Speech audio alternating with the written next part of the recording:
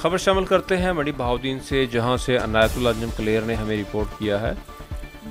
मुनीर गौरी का अपने कज़न शेख मुजम्मिल की अनमोल मैरिज हॉल बारात के मौका पर डब्बा बंद मोबाइल्स और नोटों की बरसात कर दी।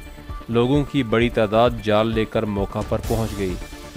तफसीलात के मुताबिक मंडी बहाउद्दीन में मुनीर गौरी ने अपने कज़न शेख मुजम्मिल की अनमोल मैरिज हॉल बारात के मौका पर डब्बा बंद मोबाइल्स और नोटों की बरसात कर दी। मोबाइल और नोट लूटने वालों की बड़ी तादाद जाल लेकर मौका पर पहुंच गई।